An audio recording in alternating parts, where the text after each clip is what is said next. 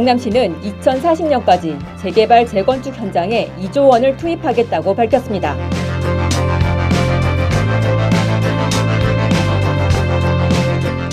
소상공인 자영업자 채무조정 프로그램 지원으로 한국자산관리공사 캠코 부채가 사상 최대로 늘었습니다.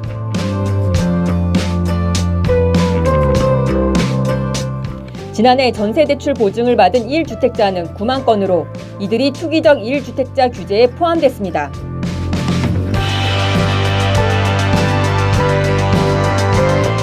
비아파트 공급이 감소되면서 전세 가격이 천정부지로 올라 서울 인구가 경기, 인천으로 이동하고 있습니다.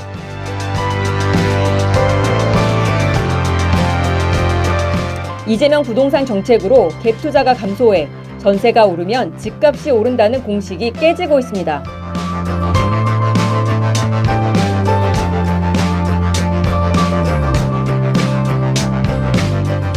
안녕하세요.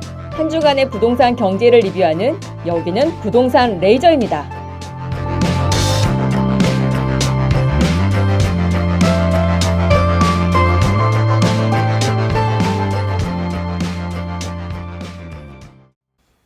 다음은 분당 재건축 소식 전해드리겠습니다. 성남시는 지난 14일 재개발 재건축 전 주기 지원 정책을 발표했습니다. 수정중원구와 분당 전역에 2040년까지 단계적으로 2조 원을 투입하겠다는 계획인데요. 이번 정책의 핵심은 주민 부담을 줄이는 데 있습니다. 기반시설에 5,451억 원, 수정중원 지역에 6,937억 원을 지원하고요. 2주 단계에서도 6,568억 원을 들여 세입자 보상비와 이주비 대출 이자를 지원합니다. 게다가 정비계 용역비 같은 초기 착수 비용 일부도 시가 직접 부담합니다.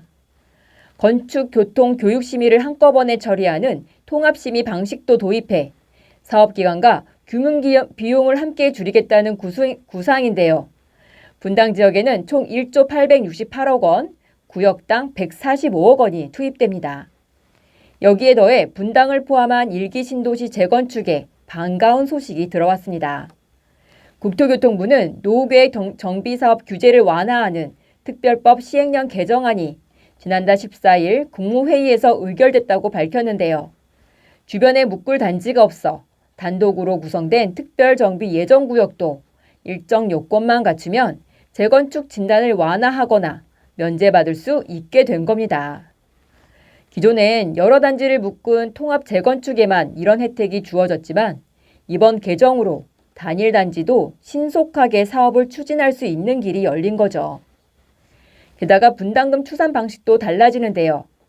토지 소유자를 개별적으로 따지던 방식에서 단지 전용 면적, 건축물 종류별로 묶어 추산하는 방식으로 바뀌어 절차가 한결 간소해집니다. 국토부는 일기 신도시를 비롯한 노후계획도시 정비사업이 신속하고 차질 없이 진행될 수 있도록 적극 지원하겠다고 밝혔습니다. 다음 소식입니다. 지난해 캠코의 부채는 12조 7천억 원으로 전년 대비 27%나 늘어나면서 사상 최대치를 기록했습니다. 코로나19 이후 가파르게 불어나더니 지난해에만 2조 7천억 원 이상 증가했는데요. 그야말로 눈덩이처럼 커진 셈이죠. 캠코로 말하자면 한국자산관리공사를 말하는데요. 금융위원회 산하 중정부기관으로 국가경제와 금융산업 발전에 기여하며 서민경제 지원과 국유재산 효율적 관리를 통해 국가재정 수입 극대화를 도모하는 국가자산종합관리 기관입니다. 앞서 말씀드린 것처럼 이렇게 부채가 늘다 보니 건전성에도 빨간불이 켜졌는데요. 지난해 캠코 부채 비율은 234%였습니다. 전년보다 20%포인트 이상 올랐는데요. 공공기관 부채 비율이 200%를 넘으면 재무구조가 불안하다는 평가를 받는다는 점에서 상당히 우려스러운 수치죠. 이렇게 된 가장 큰 이유는 소상공인 자영업자 채무조정 프로그램인 새출발기금 수요가 폭발적으로 늘었기 때문입니다. 정부가 지난해 지원 대상을 넓히고 저소득 소상공인에게는 무담보대출 원금의 90%까지 감면해주는 제도를 대폭 손질해 분할 상환 기간을 최대 10년에서 20년으로 늘렸죠. 그 결과 올해 새출발기금 누적 신청액이 29조 원에 육박했는데요. 지난해 채무조정액만 4조 9천억 원으로 전년 대비 무려 72% 급증했습니다. 캠코 측은 내수 침체로 채권 매입 수요가 급증하면서 공사채 발행이 늘어난 것이 핵심 원인이라고 설명했는데요. 문제는 앞으로가 더 걱정입니다. 고금리, 고물가, 고환율이라는 삼중고가 이어지면서 소상공인의 상환 능력이 계속 떨어지고 부실채권 매입 규모도 더 커질 가능성이 커졌는데요. 뿐만 아니라 정부가 지난해엔 캠코에 1조 6천억 원을 출자했지만 올해는 별도 예산을 편성하지 않아 재무 부담이 가중될 수밖에 없는 상황입니다. 금융위원회는 자본금 확충 방안을 논의하겠다는 방침인데요. 전문가들은 지원 자체의 필요성은 인정하면서도 지나치게 과도한 지원은 예상 낭비와 도덕적 해이로 이어질 수 있다고 지적합니다. 캠코의 재무 건전성을 회복하면서도 자영업자를 효과적으로 지원할 수 있는 보다 정교한 정책이 필요한 시점입니다. 최근 국제통화기금 IMF는 우리나라가 앞으로 5년간 나라빚이 빠르게 증가할 거라고 지목했는데요. 특히 확장 재정 정책은 피해야 한다고 계속해서 강조하고 있습니다. 다 아시다시피 중동 사태 전부터 IMF는 경고를 했었지만 전쟁으로 더 심각해졌죠. 이 사태가 빨리 해결돼 꽃길만 걷길 바라는 마음으로 여러분은 지금 지난 한 주간의 부동산 경제를 리뷰하는 부동산 레이저를 함께하고 계십니다. 지난해 1주택자에게 내준 전세대출 보증이 무려 9만 건을 넘어선 것으로 나타났습니다. 한국주택금융공사, 주택도시보증공사, SGI 서울보증이 제출한 자료에 따르면 지난해 이들 기관의 1주택자 전세대출 보증은 9만 220건이었습니다. 이 가운데 72%인 약 6만 5천 건이 수도권에 몰렸는데요. 보증금액으로 따지면 13조 9천억 원, 전체 전세대출 보증액의 약 12.7%입니다. 그런데 정부가 최근 투기적 1주택자에 대한 규제를 예고하면서 이 9만 가구가 사실상 1차 규제 대상에 포함될 수 있다는 분석이 나오고 있는데요. 이재명 대통령도 SNS를 통해 비거주 1주택이 투자, 투기 목적이라면 세제 혜택이 타당하지 않다고 직접 언급했었죠. 다만 직장 이전처럼 불가피한 사유로 일시 비거주하는 경우는 제외한다고 밝혔는데요. 여기서 핵심 쟁점은 어디까지를 실수요로 볼 것이냐입니다. 근무지 이전이나 부모 봉양은 비교적 예외 인정이 수월한 편이지만 육아나 자녀 학업 문제는 얘기가 달라지는데요. 맞벌이 부부가 육아 때문에 거처를 옮기는 건 저출생 대책 기조에서 실수요로 봐야 한다는 의견이 많은 반면 학원 수요까지 폭넓게 인정하면 대치동이나 목동 같은 선호 학원가로 수요가 쏠릴 수 있다는 우려도 나옵니다. 규제 방식도 중요한 변수인데요. 시장에서는 신규 대출뿐 아니라 기존 대출의 만기 연장까지 제한할 가능성에 무게를 두고 있습니다. 만기 연장이 막히면 비거주 1주택자들은 보증금을 새로 마련하거나 보유주택을 팔아야 하는 상황에 놓이게 되는데요. 이렇게 되면 시장에 매물이 쏟아지는 효과로 이어질 수 있습니다. 금융위원회는 현재 국토부, 국세청 같은 관계부처와 함께 세부 기준 마련에 착수했는데요. 기준이 너무 느슨하면 투기를 못 잡고 너무 촘촘하면 선의의 실수요까지 피해를 볼 수 있는 만큼 얼마나 정교하게 선을 긋느냐가 이번 정책의 핵심이 될 것으로 보입니다. 이어서 다음 소식입니다. 국토교통부는 서울에서 청년과 신혼부부들이 찾는 오피스텔, 빌라 같은 비아파트 공급이 심각하게 줄고 있다고 밝혔습니다. 지난해 서울 비아파트 착공 물량은 4,597가구였는데요. 이게 2022년 1만 6천여 가구와 비교하면 불과 28% 수준밖에 안 됩니다. 4년 새 3분의 1 토막이 난 거죠. 전월세 물건도 눈에 띄게 줄었는데요. 올해 3월 기준으로 서울의 B아파트 월세 물건은 약 2만 5천 개로 1년 전보다 22%나 감소했습니다.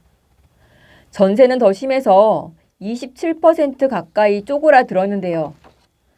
특히 도봉구는 월세 물건이 1년 새 45%나 줄었고 강동구, 중구, 성북구 같은 곳도 30에서 43% 감소했습니다. 실제로 노원구 상계동 노원역 인근 오피스텔 8곳을 둘러봤더니 전월세 물건이 단 한 건도 없었습니다.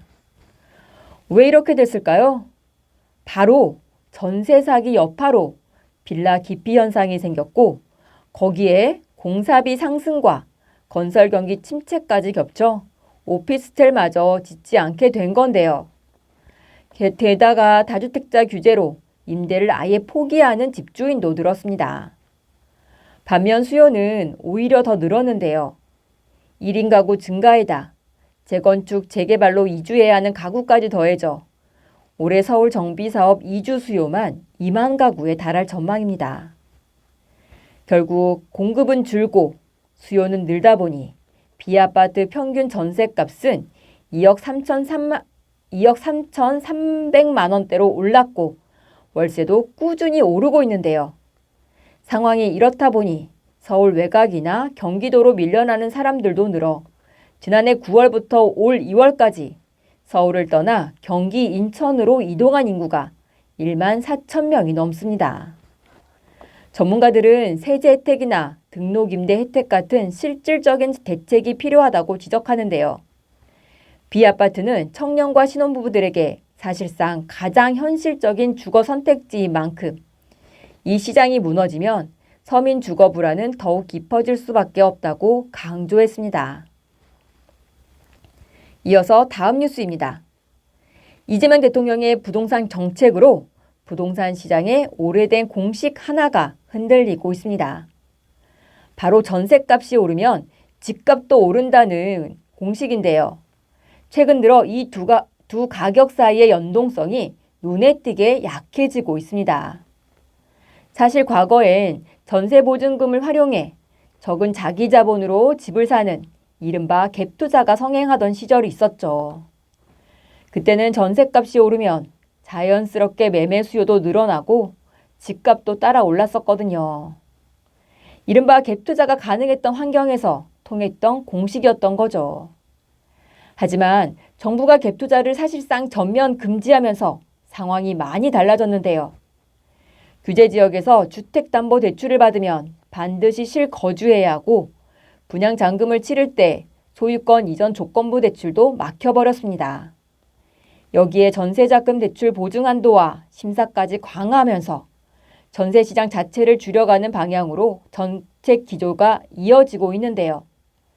전문가는 정부의 부동산 정책으로 오래된 그 공식이 깨졌다고 밝혔습니다. 그러면서 전세와 매매가 서로 별개로 움직이는 경우가 많다고 하는데요. 다만 모든 시장에서 이 공식이 완전히 사라진 건 아니라고 합니다. 10억 원 이하 중저가 아파트 시장에서는 실수요 중심으로 여전히 일부 영향이 남아있어 전셋값 부담이 커지면 차라리 집을 사는 게 낫겠다는 인식으로 이어져 매매 가격에 간접적인 영향을 주고 있다는 거죠. 또 전셋값이 집값을 직접 끌어올리는 힘은 약해졌더라도 집값의 하단을 받쳐주는 역할은 여전히 한다는 시각도 있는데요. 즉, 전셋값이 높다는 건 그 집의 거주 가치가 높다는 신호로 볼 수 있고 그게 집값을 지탱하는 요인으로 작용할 수 있다고 설명합니다. 그리고 앞으로 주목해야 할 건 월세라는 분석도 나오는데요. 2014년만 해도 월세 비중이 39% 수준이었는데 2022년에는 처음으로 53%를 넘어서며 전세를 앞질렀습니다. 이는 전세 사기 피해가 본격적으로 수면 위로 떠오른 시점과도 맞물리는데요. 전세의 월세화가 빠르게 진행되는 만큼 앞으로 부동산 시장의 흐름을 읽으려면 전세값보다 월세 동향에 더 주목해야 할 것 같습니다.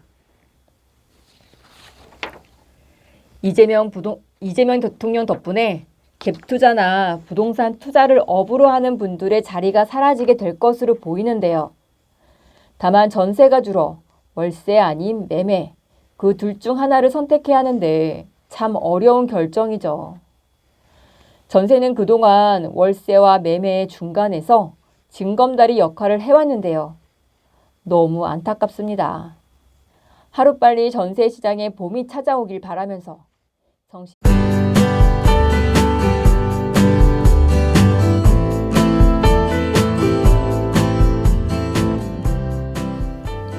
자, 오늘의 뉴스 다시 한번 보고 오겠습니다.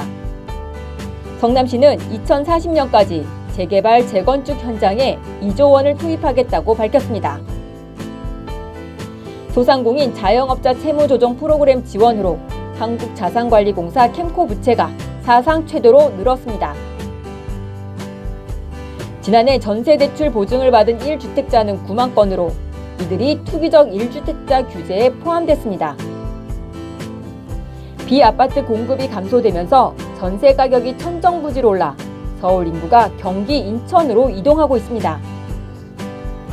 이재명 부동산 정책으로 갭 투자가 감소해 전세가 오르면 집값이 오른다는 공식이 깨지고 있습니다.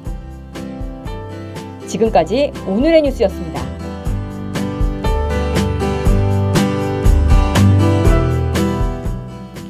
오늘 제가 준비한 것은 여기까지입니다. 이번 주는 그래도 봄 같죠? 주말부터 다시 더워진다고 하는데요.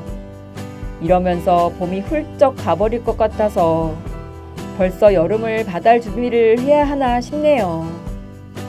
봄은 아무리 아름다워도 여름에게 굴복해야 하고 여름은 가을이 오면 보이지 않게 된다고 했듯이 봄이 가는 게 아쉽지만 여름을 반갑게 맞이하자고요. 한 주간의 부동산 경제를 리뷰하는 부동산 레이저, 다음 주에 만나요.